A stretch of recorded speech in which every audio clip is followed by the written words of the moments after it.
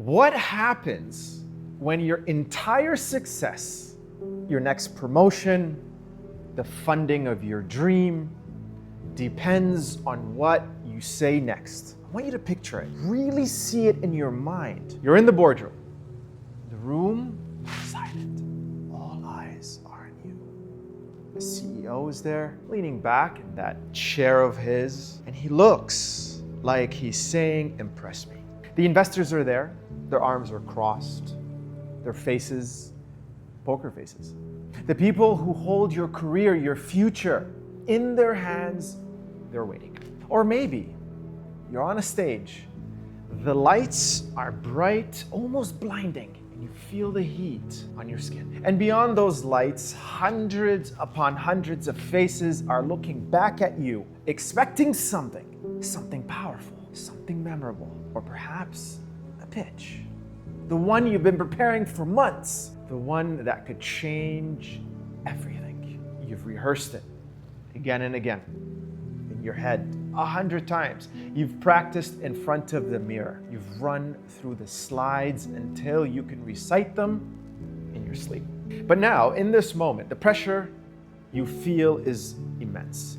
It's not just mental, it's physical. You can feel it in your chest. It's like a weight pressing you down. Your heart starts to beat faster and faster. Your palms start to get a little sweaty and your mouth feels dry. And you have two choices. You can either rise to the occasion or you can shrink. I've seen it happen more times than I can count. Brilliant executives, talented founders, ambitious leaders, people with incredible ideas, people who have worked so hard to get to that specific moment who freeze. They ramble and they lose their train of thought. They have the knowledge, the expertise, they have the passion, but their message gets lost somewhere between their mind and their mouth. They underperform when it matters most. And the opportunity vanishes. The promotion goes to somebody else, the funding goes to another startup, and the team loses confidence. The deal falls through. And they walk out of that room thinking, I should have said it differently. I should have been clearer. I should have been better. My name is Maher. And for about a decade, I've been obsessed with mastering that moment. That high stakes moment when everything's on the line and your words are your only weapon. I've had the privilege to being a guest on major television networks across the Middle East, sharing my insights on leadership, communication, and what it really takes to influence people. I've stood in front of cameras, in front of live audiences, and I've learned how to turn that pressure into power. I've been lucky to present to audiences where royalty, celebrities, and even VIPs requested private sessions with brands like Cartier. An audience that expects nothing less than perfection. I've worked with incredible leaders at Roshan. It's a giga real estate developer in Saudi Arabia that's literally transforming their landscape. They're building entire cities from the ground up. I've helped turn their executives into powerful national ambassadors. People who could stand in front of government ministers, royalty, and stakeholders and inspire confidence in a vision of the future. I've also been lucky to partner with the UAE's Department of Economic Development. I've worked with brilliant innovators and founders at Hub 71, one of the fastest growing tech ecosystems in the UAE. I've been in rooms with some of the sharpest and brightest minds in business, and I've seen what separates the good from the great. And in all those rooms, with all those leaders, I've learned a fundamental truth. Your success is not just about the quality of your ideas, it's about your ability to deliver them with presence, with power, and with passion.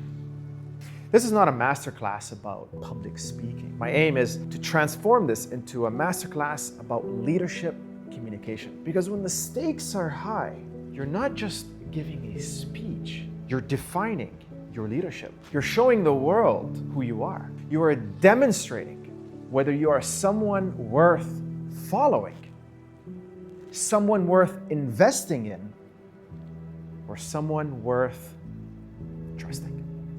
And the difference between a leader who truly inspires and a leader who gets ignored often comes down to one thing. And you know this. It's how they communicate. So if you ever felt like some doubt before a big presentation, if you ever walked out of a meeting thinking, I should have said that better, if you've ever felt like you had something important to say but couldn't find the words, then you're in the right place. Because over the next hour, I'm going to give you a blueprint to speak like a leader, especially when the stakes are high. I'm going to show you how to transform your fear into fuel. I'm going to walk you through a system that has been trusted proudly by some of the world's most successful organizations. And I'm going to give you practical, actionable frameworks that you can use today to start making a difference in how you communicate. Stay with me. This is hopefully going to be worth your time.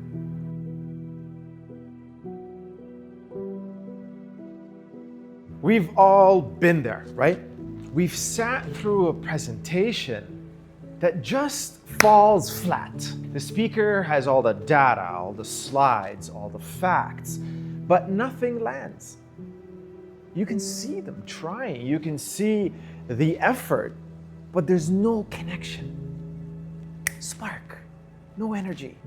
And after a few minutes, what happens? You find yourself checking your phone or thinking about what you're going to have for lunch or maybe even dinner. Or wondering, how much longer is this going to take? Ask yourself, why does that happen? The reason is because communication is not about information. It's about connection. It's about emotion. And the hidden cost of poor communication is staggering. It's not just about a missed opportunity or a fumbled presentation. It's so much deeper than that. When your communication is unclear, you don't just lose deals. You lose the most expensive currency, your trust. Think about it. When a leader can't articulate a vision, the team feels aimless. They don't know where they're going. They don't know why their work matters. And when people don't know why their work matters, what happens? They disengage. So when a founder can't explain their why, investors feel hesitant. They start to wonder, does this person really know what they're doing? Do they have conviction to see this through? When a manager can't deliver feedback with empathy, employees feel devalued. They feel like they're just a number. They're a cog in a machine. And when people feel devalued, what happens? They leave. So every time you speak, you're either building trust or eroding it. It's the deal that slips through your fingers because you couldn't build rapport with your client. It's the promotion you get passed over for. Why? Because you couldn't command the room in that critical meeting. When a team disengages, it's because they don't feel the leader's conviction. And if you're in that position, they don't believe in your vision. It's the partnership that never happens because you couldn't articulate the value that you bring. Think about that. Start picturing the cost of miscommunication. Initiatives that fail because people weren't inspired to embrace it and take it over. These aren't just business problems. These are human problems. These are leadership problems. I once worked with a CEO, was brilliant man, a true visionary in his industry. He'd built his company from the ground up, turned it into multi-million-dollar enterprise. But he was struggling. Company was stalling, growth essentially had plateaued, and some of his best people were just leaving, and he couldn't figure out why. So he brought me in, spent the day just observing. Didn't coach, didn't teach, was just watching. I sat in one of his meetings, and I watched him address his company all hands. I listened to how he spoke to the team and to his board. Here's the problem. He was speaking from his head. It was all logic, all data, all strategy.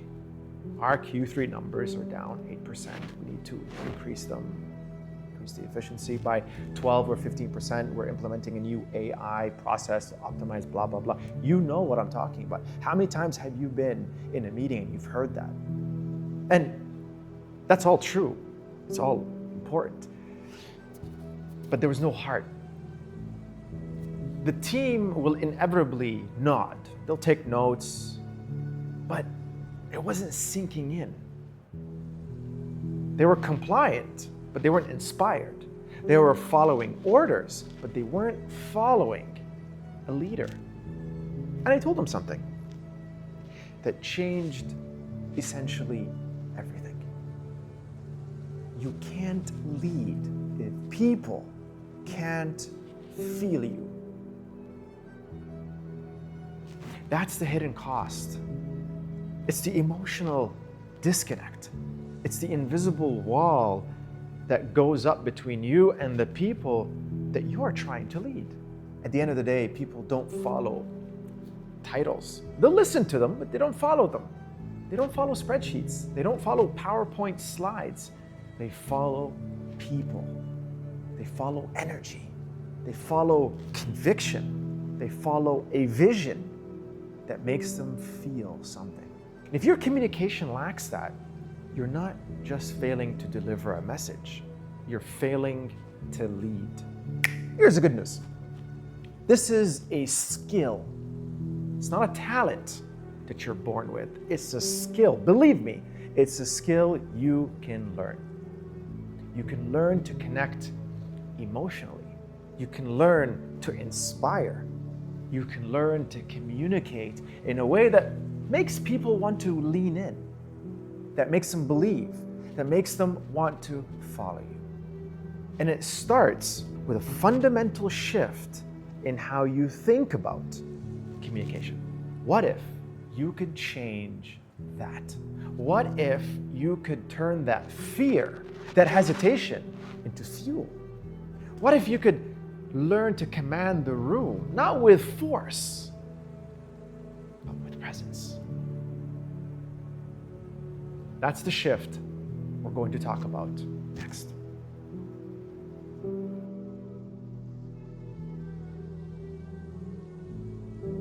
For so many of us, the fear of public speaking is a real and powerful force. It's consistently ranked as one of the top fears people have, sometimes even more than the fear of death. You know, there's a famous joke by Seinfeld. He once said, I think it was like, according to studies, people fear public speaking so much, it's more than death. That means, to the average person, if you go to a funeral, you're better off in the casket than doing the eulogy. Can you imagine? It's funny, but it's also true for so many people. The fear is real. The anxiety is real. But I'm going to tell you something that might surprise you. In the context of public speaking, fear isn't the enemy. Fear is fuel. That feeling that you get, the adrenaline that you're feeling, the racing heart, the butterflies in the stomach, that's not a signal for you to retreat. That's not a sign that you're not ready. that's a signal that you're alive. It's a signal that what you're about to do actually matters. Just think about it. You don't get nervous about the things that don't matter. You don't get anxious about a casual conversation with your friend. You get nervous when the stakes are high, when it matters, when there's something on the line. And that nervousness, that fear, is actually your body's way of preparing you to perform. It's giving you energy. It's sharpening your focus. It's telling you, get ready. The greatest speakers, the most influential leaders, they don't get rid of the fear. They learn to dance with it. They channel it. They learn to harness it. They transform it from a source of anxiety to a source of energy and charisma. And how do they do that? They make a shift. It's a mental shift, a fundamental mental shift in how they approach communication. It's a shift from focusing on the fear itself to focusing on the presence. Let me explain. When you're focused on the fear, your internal dialogue sounds like what? It sounds like this. What if I mess up? What if they don't like me? What if I forget what I'm supposed to say? What if I look like an idiot? What if they judge me? Do you notice something in common here? It's all about you. It's all about your anxiety. It's all about your self-consciousness. But when you shift your focus to presence, your internal dialogue changes. It becomes, how can I serve this audience? What do they need to hear? How can I make this message land for them? How can I connect with them? How can I add value to their lives? How can I leave them better than I found them? So it's no longer about you, it's about them. It's about the message to them. It's about the impact you want to have on them. And that shift, that simple shift in focus, changes everything. It's the core of what I teach. It's the fundamental first pillar of my system that I've developed over years of coaching the world's top leaders and executives. It's called the Maher system. It's simple, it's powerful, and it's a blueprint for transforming the way you communicate. Let me give you a taste of it. The Maher system is an acronym. I know it's my name. How cool. And each letter represents a pillar of leadership communication. First, we have the letter M. Mindset mastery. This is the foundation. Everything else builds on this. It's about training and rewiring your mind to see every speaking opportunity not as a threat, but as a chance to connect, to influence, and to lead. Because so many leaders sabotage themselves before they even open their mouth. They tell themselves, I'm not a good speaker. I'm not charismatic. I'm not good enough. I'm going to mess this up. And people are going to judge me. And guess what? They do. Because your mindset shapes your reality. I know it's a cliche, and I know you know this. But if you are going to believe you're going to fail, you will. If you believe you're going to succeed, believe me, you have a much better chance at succeeding.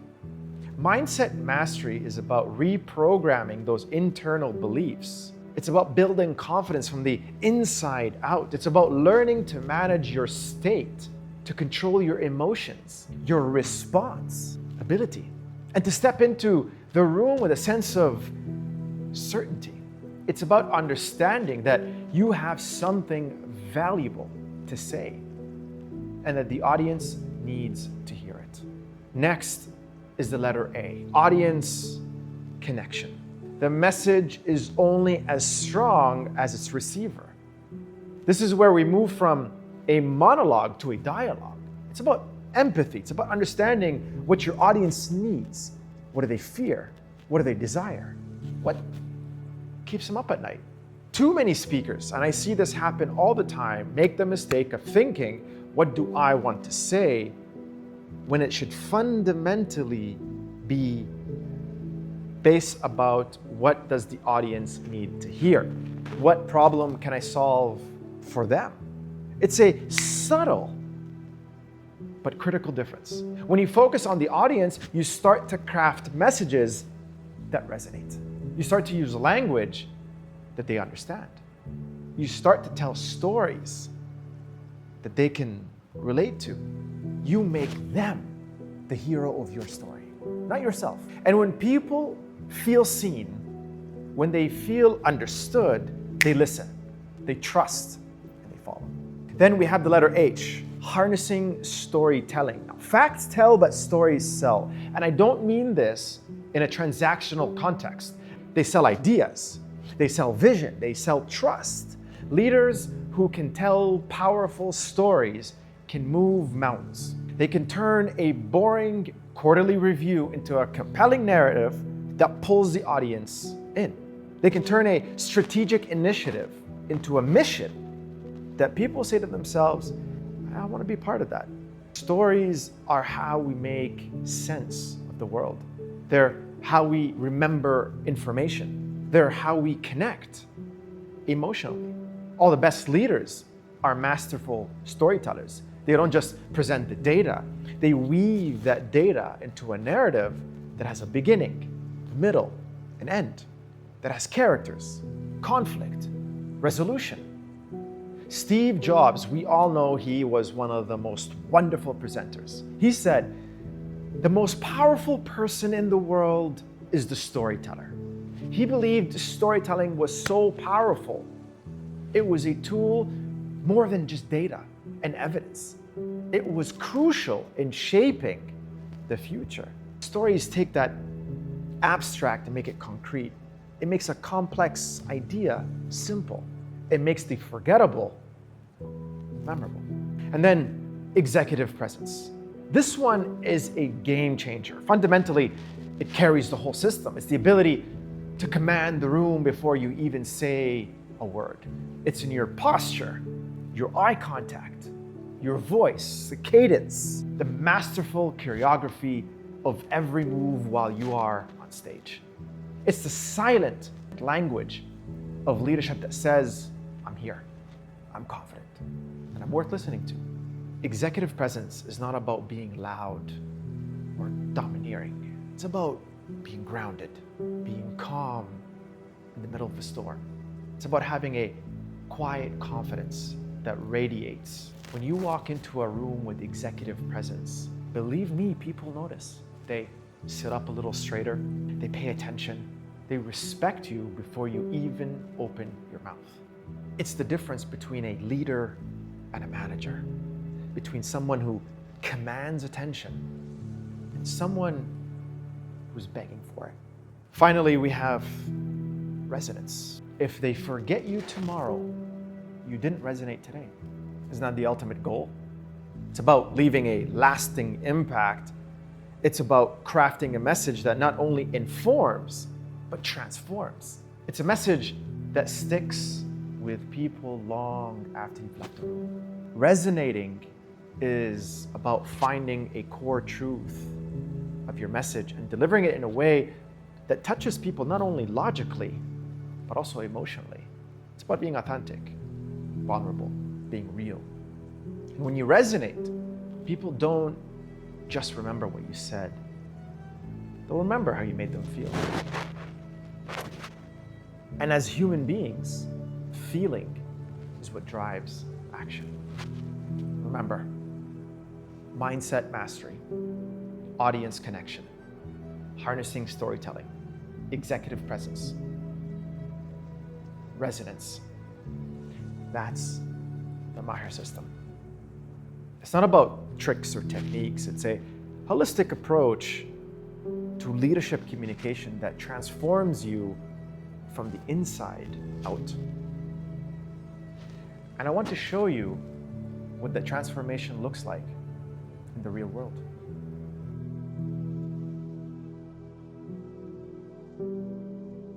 I want to take you inside one of the most exciting projects I've ever had the honor and privilege of being a part of. It's with a company called Roshan. Now, if you're not familiar, with Roshan. It's a giga, massive developer in Saudi Arabia. It's chaired by His Highness, Prime Minister of Saudi Arabia, Mohammed bin Salman, MBS. They are literally building new cities and shaping the future of the kingdom. And the scale at which they're doing it is breathtaking. And the vision is incredibly inspiring. We're talking about communities designed for hundreds of thousands of people. We're talking about sustainable, modern, world-class urban environments. We're talking about a transformation that will define Saudi Arabia for generations to come. We've seen what they've done already with some of the football and the sports and so on. But I was brought in to work with a group of their senior executives. They were brilliant people, experts in their fields from finance, sales, and even management. But they had a challenge, and they were preparing for their quarterly business reviews. And these weren't just internal meetings. These were incredibly high-stakes presentations to national stakeholders, government ministers, and even the members of the royal family who oversee the organization. It was a massive project. It was for the very people who were entrusted to deliver on that monumental task. The pressure was immense. When I say immense, it was immense. Imagine these executives weren't just representing their company, they were representing the future of a nation that is in a critical time. And they were nervous, rightfully so, right? They had the data, they had the plans, and they had the vision, but they felt like presenters, not actual leaders moving the needle forward.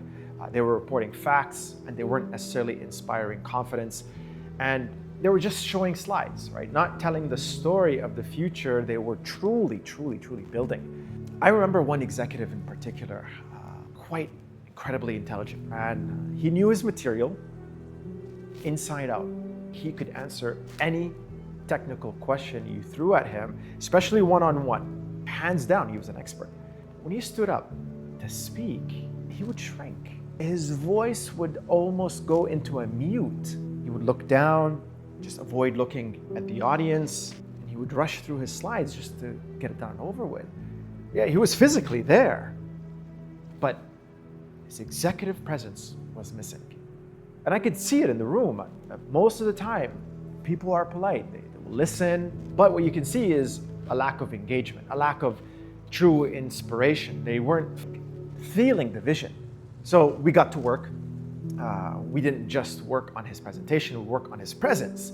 And proudly, we applied the Maher system. We started with shifting the mindset, shifting the focus from fear of that judgment to the honor and privilege he gets to share the vision. Questions like, why does this project matter to you? And he lit up. He talked about building a better future for Saudi families and being a part of it. It was personal to him. He talked about bringing communities to the people where kids and children of the next generation can grow up in a safe and happy environment. He talked about his pride in being part of something bigger than just himself. That's the mindset we needed to tap into. Not fear, rather pride and purpose. We talked about how to connect with the audience, how to invite them into your world. He leaned into the words of the stakeholders and to talk to them as partners in building the future. We talked about what he could deliver that they care about. What was their hopes and dreams for the kingdom? And we crafted this message to help him speak directly to those hopes specifically, and again, to invite them to join his world. Stories as well, harnessing stories. Took his data, the facts that he knew inside out, and to weave them into a narrative of progress, of community, to help elevate the nation's ambition. Instead of saying we completed 15% of phase one, we said, hey, last quarter, we laid the foundation for 3,000 new homes. 3,000 families with kids who will have a place to call their own. a place to build their lives, a place to raise their children. That's 3,000 stories of hope and possibilities. Same data, but different story. And of course, drilling down on the executive presence when he gets up on the platform, worked on his posture, his eye contact, the way he uses silence, power of the pause to command attention. We practiced over and over walking into the room with confidence. We practiced standing still instead of fidgeting with your hands or your jacket. We practiced making the eye contact and holding it. How to use the voice, to command, to give it cadence. How to use the stage with purpose. And fundamentally, resonance. To craft a message that wasn't just about Roshan, but why it mattered to every single person in that room and to the nation as a whole. Helped him, I remember saying, I want you to end strong. And we came up with something like, imagine 5 years from now, driving through these communities, you see children playing in the parks, you see families holding hands, walking together in the evening. You'll see a vibrant, thriving community that didn't exist before. That's what we're building here. That's the legacy we're creating. So you can see there's a drastic difference in the way you can close a presentation to help it resonate versus just spitting out facts. I remember weeks later, walked into that QBR, it was a different person. His head was held up high, shoulders were back. And I think for me, in participating in the journey and helping a leader evolve, there's an emotional currency to see somebody stand at the center of the room and before saying a single word, have the entire room's attention. It wasn't just a presentation of data, it was a story that connected with everybody in the room, that made them feel something. It wasn't just a presenter, it was an ambassador of the country. So bear this in mind. There's significant power in switching and transforming the way you present your data and your facts into powerful storytelling with executive presence. I remember him coming to me later and he had tears and he said something I'll never forget. He said, Maher, for the first time in my career, I finally felt like a leader. And a leader worth listening to.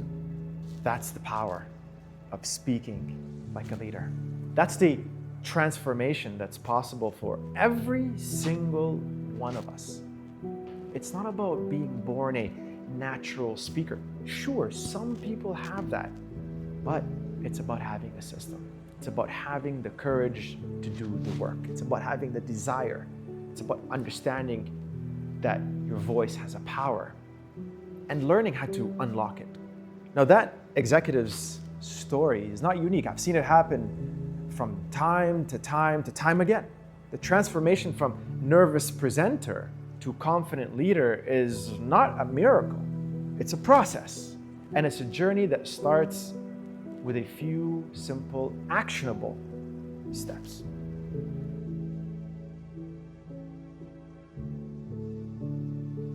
That feeling of transformation, that confidence is not just for senior executives at mega projects. It's for anybody. It's for you.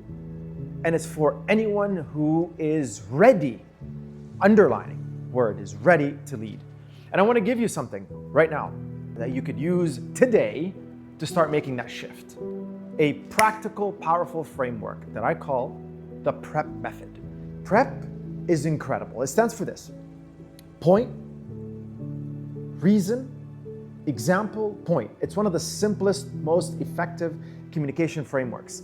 And by the way, I teach this in my seminars. So it's here for you to use. And the beauty of it is you can use it anywhere, anytime with zero preparation. No pun intended. But think about it.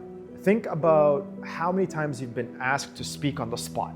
Your boss asks, what's your take on this strategy?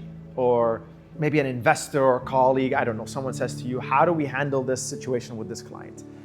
Maybe you're in a meeting and someone says, can you share your perspective? Sometimes what I see is people will panic. They'll ramble, they'll go in circles, they lose their audience or the listener, especially in the first 15, maybe 30 seconds. But with prep, you'll have a clear, confident structure to fall back on every single time. Let me break it down for you.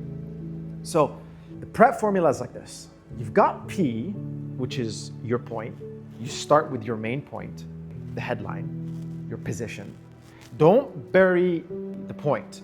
Don't warm up. Don't apologize. Just state your point. Say it clearly and say it confidently. So here's an example, right, to what we're doing. If someone were to ask me something or I'm sharing a point, I would say, I believe every leader should invest in developing their public speaking skills. Simple, clear, direct, confident. Right? You have to give them the logic to why you're saying that, the rationale. So this is where you build the credibility to your point. This is where you show them that your point isn't just an opinion, but it's backed by solid thinking. So I could say, I believe every leader should invest in developing their public speaking skills because your ability to communicate directly and confidently impacts your ability to influence, earn, and lead or elevate your status. See how that works? Now you're building a case. You're giving them a reason to believe you. Now we can make it real. This is where you make it concrete. You give them an example, a story, or maybe an experience, an evidence that helps illustrate your point. This is where you move from the abstract, so to speak, to the tangible. This is where you make people feel and see it in their mind's eye. For the example is, I believe every leader should invest in developing their public speaking skills because your ability to communicate directly and confidently impacts your ability to influence, earn, and lead or elevate your status. Let me give you an example. I worked with a VP, absolutely brilliant strategically, but struggled to get buy-in from her team. After we worked on her platform skills, she went from having a 30% employee engagement to an amazing 90% in just 6 months. The difference? She learned how to articulate and deliver her vision in a way that made people want to follow her. See what just happened there? Now you're not just making a point, you're painting a picture. You're making it real. So far, so good? Finally, you reiterate your point. You bring it home. Why? Because we have short-term memories. You close the loop. This is where you reinforce the message. This is where you make sure it sticks. So for example, this is why I believe every leader should invest in developing their public speaking skills. Simple, clean, and memorable. Does that make sense? Does that help? Again, point, reason or rationale, example or something of your experience, and then point. That's it. That's the prep method. It's so simple. You might be tempted to dismiss it, but don't, because this is the framework used by some of the most effective communicators in the world. When you pay attention closely, politicians use it, CEOs use it, TED speakers use it, thought leaders use it. Why? Because it works. And it gives you clarity. It gives you a system, which gives you confidence. And it gives your audience exactly what they need. A clear point, a solid reason, a concrete example, and a memorable takeaway that resonates. I can give you another example just to help illustrate. This time, we can talk about overcoming the fear of public speaking.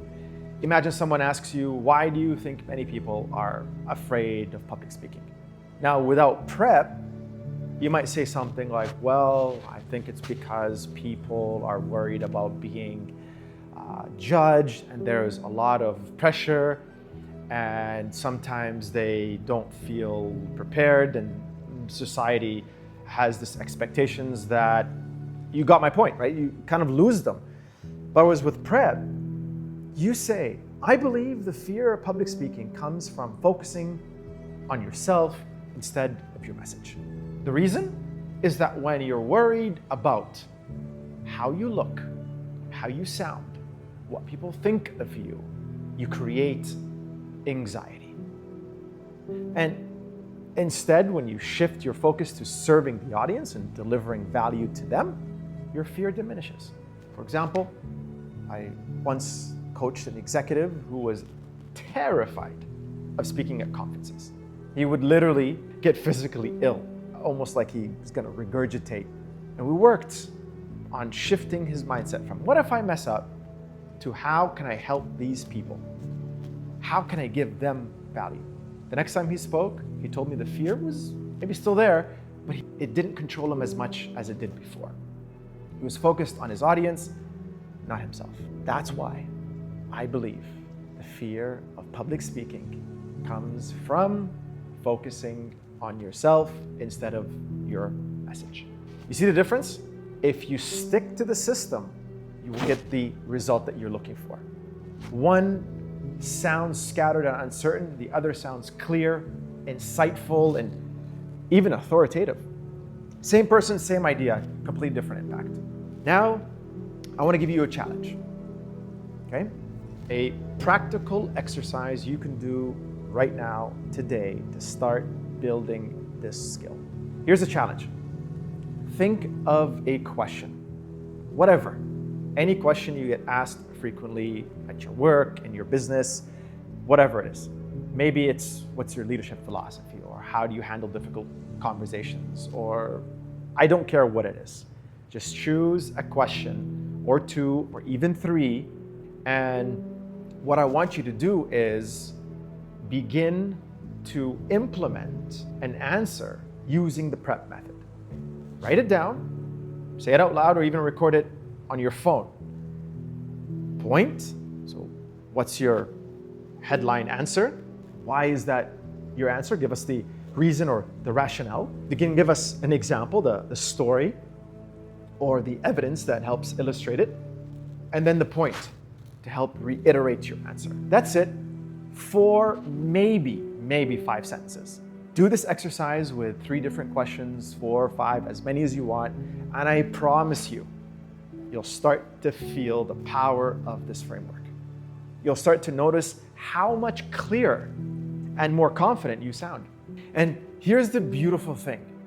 The more you use PREP, the more natural it becomes. Eventually, you won't even think about it. It will just be how you communicate. This is how you start to build your presence, one small at a time. One small win, that's it. This is how you move from hoping you'll sound good to knowing you will. This is how you transform from someone who speaks to someone who leads. And as you build that presence, as you build that confidence, with these small wins, you'll start to realize that you're ready for the next level. You're ready to move from just speaking to truly leading.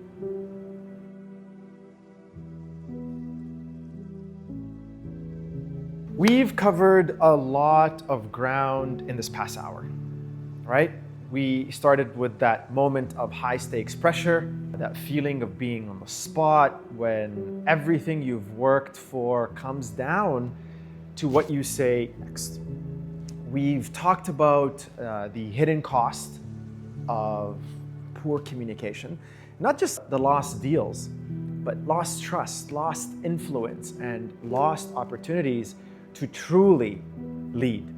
And we made this critical shift from seeing fear as an enemy to seeing it as what? Fuel. A shift from a focus on fear to a focus on presence. We walked through the Maher system, mindset mastery, audience connection, harnessing storytelling, executive presence, and resonance. 5 pillars that form the foundation of leadership communication. We dove into a real-world case study, the transformation of one of my favorite projects, favorite clients that I've ever worked with at Roshan. and saw what's possible when you commit to mastering your communication. We walked through a simple, actionable framework that I genuinely hope you use, the PrEP method. And you can use it to start building that presence today. What we've been really talking about is a transformation from fear to clarity, from clarity to confidence, and from confidence to true influence. I want you to take a moment and just imagine something here. Imagine walking into your next presentation, your next boardroom meeting, or your next pitch, and you feel a sense of confidence, certainty. Imagine looking out the audience, making eye contact with each person, and knowing that you have their full attention. Imagine knowing that every eye's on you, not because of fear, but because of your presence. Imagine delivering your message with clarity, with passion, and with a conviction that's so authentic, so powerful, it moves people to take action. Imagine walking out of that room knowing you didn't just speak, you led. That feeling is not reserved for a select few. I believe it's available to anyone who's willing to master the art and science of leadership communication. The frameworks, the stories, the systems I've shared with you today, they're just the beginning. They are the first step of a journey. For those of you who are truly serious about unlocking that next level of your leadership, for those of you who know that your voice is the key to your impact, I want to extend an invitation. I've created a program called the VIP Executive Presence Accelerator. It's a premier coaching program, that's mine, designed for ambitious leaders who are ready to become masters of leadership communication. It's the same system trusted by global brands, by Cartier and Roche. Same methodology I've used to transform nervous presenters into confident, influential leaders. This is not a course where you watch. It's a hands-on, personalized coaching experience where we work together to rebuild your communication habits from the ground up. We dive deep into the Maher system, and I will personally guide you every step of the way to the promised land. We work on your mindset. We work on your storytelling. We work on your presence. We work on your ability to connect with any audience in any situation. It's intense. It's challenging. But it's transformational. If you're ready to lead like that, if you're ready to command the room, the boardroom, and the stage, and to speak with a level of presence that defines you, your brand, then I invite you to apply for the VIP Executive Presence Accelerator. It's not for everyone. It's for those who are truly committed to becoming the leader they were meant to be.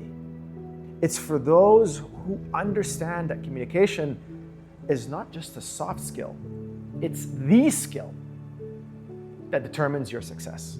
In the description, you'll see a link to apply. It's a simple process. Someone from my team will personally review your request, and if it looks like a good fit, we'll reach out to you to guide you through the next step. This is the same system that has helped executives at some of the most prestigious organizations in the world, and it can help you too. Now, whether you take that next step or not, I want to leave our time together today with one final thought. Your voice is your power. It's the most powerful tool you have to build trust, to inspire action, and to shape the future. Do not let it be an afterthought. Don't let it be something you hope gets better someday. Invest in it, master it, own it, because the world needs leaders who can communicate with clarity, with conviction, with confidence, and with your heart. Your voice is your power, and everyone has a change the world speech in them. Thank you.